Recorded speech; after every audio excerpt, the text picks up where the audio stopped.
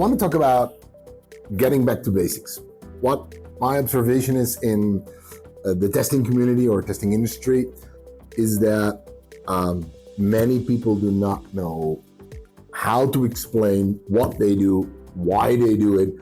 So if you ask a tester, hey, can you explain why you do the testing you do? They say, well, it's just common sense. And I always ask them like, okay, but how does that common sense work? Can you explain where to learn it? Or did you go to school to get common sense? So that's one of the problems I see. The second problem I see is that if you ask them, how do you know when to stop testing?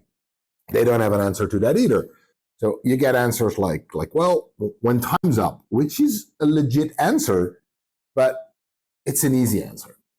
So getting back to basics, I mean, is learning people how to talk about testing. And at the conference we're currently at, Remaining Testing Conference, Paul and I did a testopsy. And testopsy learns people how to talk about testing and to observe other people test and explain what they do and think about why they do stuff. So that could be a beginning.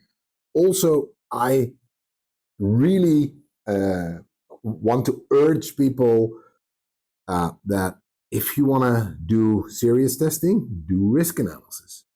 Take risk analysis seriously. It will help you decide what's important, where the risks are, what you should test. You could use a risk analysis to deepen your understanding of a product, but you can also turn it into quite easy into a test strategy.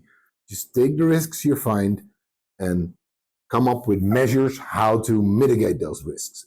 And basically then you have a test strategy. So saying these things, because I see people focus on test automation or automation in testing or whatever you call it. And now AI is coming in and people say, it will replace my work. And I don't think that can be true. It will probably assist you in doing your work, but the stuff that I see come out of AI needs a professional, somebody who knows what he's doing, to decide like, okay, there is always some faulty answers in there. So you have to be able to filter that. And how do you do that when you don't know your basics?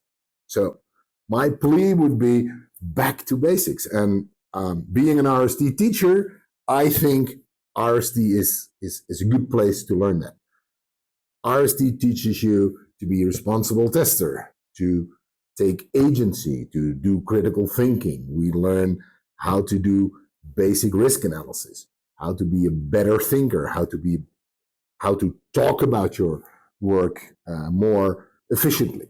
So basically, and again, it doesn't have to be RST as long as you get back to basics and learn those things. Learn how to talk about your craft, do risk analysis, make test strategies, talk about your craft with other people. I think that's one of the worries I have, and I hope more people get interested and realize that, hey, it's not about common sense, it's about doing things because you know what to do, how to get there, and be able to explain to others why you do the things you do. That's it.